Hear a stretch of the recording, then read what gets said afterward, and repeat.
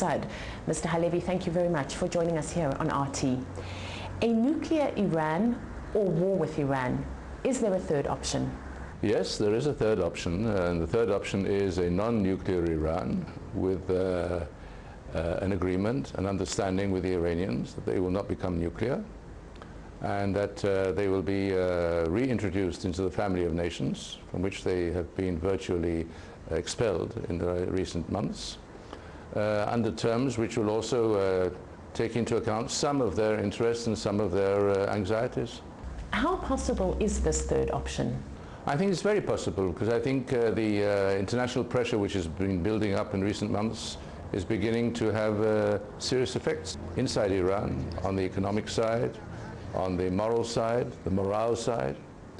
And I think that the basic interest of the people in charge in Iran, put it that way, is to maintain their position, to maintain power.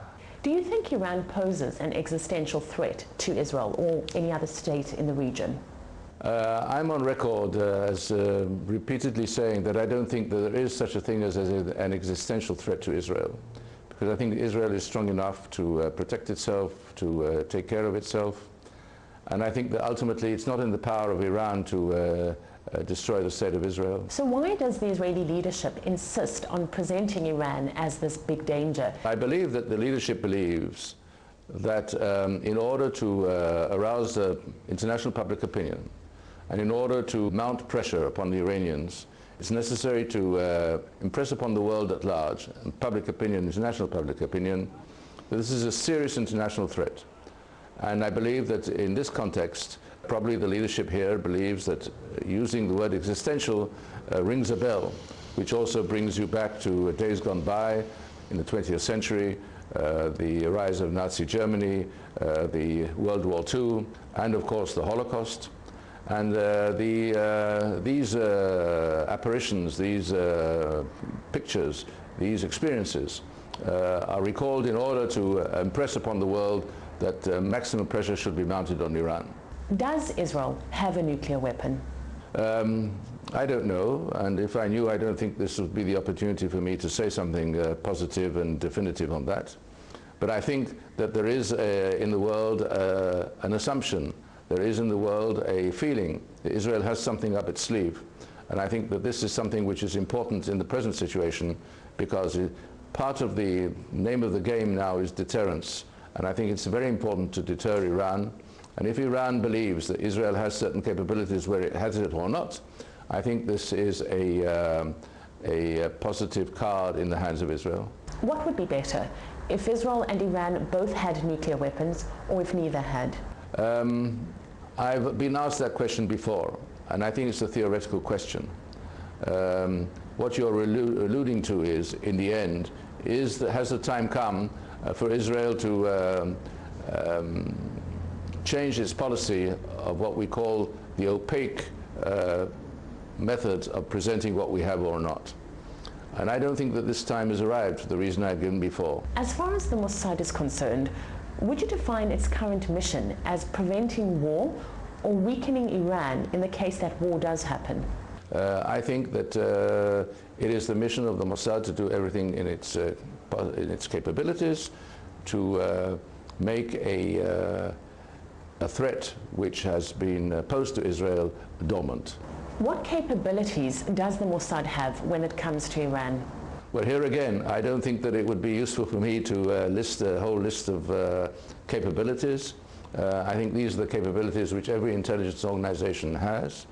I think it's important to say that we have been involved in what we call a clandestine war for quite some time with Iran. And what's interesting about this war is, of course, that both sides have more or less preferred that the details of this war, the details of various events, be not exposed to the public. When you talk about clandestine war, the killing of Iranian scientists, the accidents at key Iranian plants, computer viruses, is this what you're referring to? I'm referring to a whole range of activities. I will not confirm anything which you have just now mentioned, but I will say, I think that there is a long and a large range of activities that have been carried on for a very, very long time, over a very long period of time, And I think that these activities have registered on the other side very, very significantly. And I will not say anything more than that.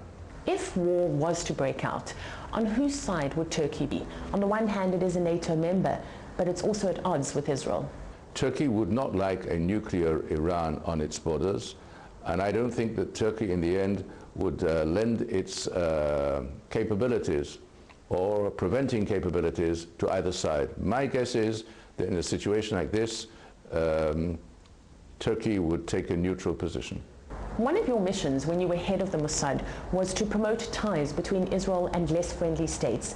So how would you see the current policy of what many say is Israel's self-isolation, particularly with regards its former allies, Egypt and Turkey? Well, I look upon this in a different light than you've just mentioned. If I would look at the situation Israel is in today, compared to what it was in before the peace process began in 1977-78 when Egypt launched its initiatives towards Israel, I think the two situations are not comparable. We lived for 30 years, from 48 to 78, in a situation of isolation. We are not isolated today in the region. We have our differences. We have more than just differences. We have bones of contention with some of the countries. Like with Turkey, we've gone through a very difficult time. And as far as Egypt is concerned, Egypt is also going through a very difficult time. And I don't think that it's in the interest of Egypt today to abrogate the Israeli-Egyptian peace treaty.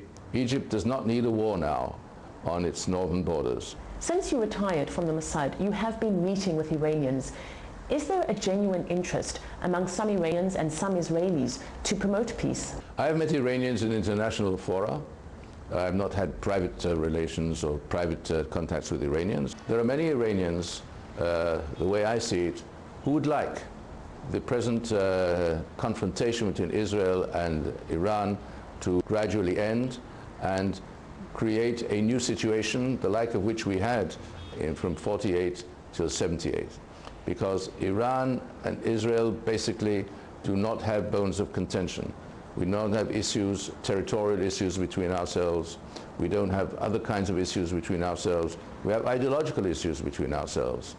And I think it would be wrong for Iran to enable ideology to be the main driver of its policies and the cause of serious drawbacks which it has been suffering as a result of putting ideology on the front burner. What are some of the discussions and some of the questions that are raised at these informal meetings? You have Iranians who say, look, Israel has no right to exist, Israel should disappear. Israel is not a natural entity in the Middle East. And then you have these same Iranians coming and saying, we believe that Israel has a nuclear capability, Israel should sign the NPT, the Non-Proliferation Treaty, just as we have, and should reveal what it has. Well, according to the law of nations, only nations and countries can be members of the NPT. So you cannot, on the one hand, demand that Israel should sign the NPT, on the other hand, deny Israel's right to exist. And I've said to them that I believe that this is something which is unacceptable. A second point has been that Israel has insisted on its being recognized as a Jewish state. And they have said to me, look, it doesn't say that France, in its title, doesn't say the Christian state of France, or the Christian state of Britain, or the Catholic state of Germany, and so forth. And I've said to them that why do you say the Islamic Republic of Iran? If you erase the word Islamic, we will erase the word Jewish. And they say, no, that's different. Why is it different? This is the kind of discussion we have had, to put it that way, sometimes very, very heated discussion. In your opinion, would it be good or bad for Israel if Assad's regime falls? Let me first say that Israel has no way of influencing the results of the present events in Syria. I believe that Assad is going to fall. And I think that ultimately Assad will fall in a way which will cause a lot of bloodshed. And I think that this bloodshed will have enormous effects on the history of Syria and maybe of neighboring countries as well. Hamas is very likely to have a new leader soon. How will this play into Israeli-Palestinian reconciliation efforts, if at all? First of all, I'm not sure Hamas will have a new leader.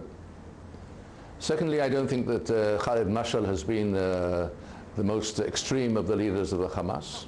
He's also on record as saying that he's willing temporarily to accept a Palestinian state in temporary borders, which is something which moves in its significance to a first step in recognizing the fact that the state of Israel is here to stay.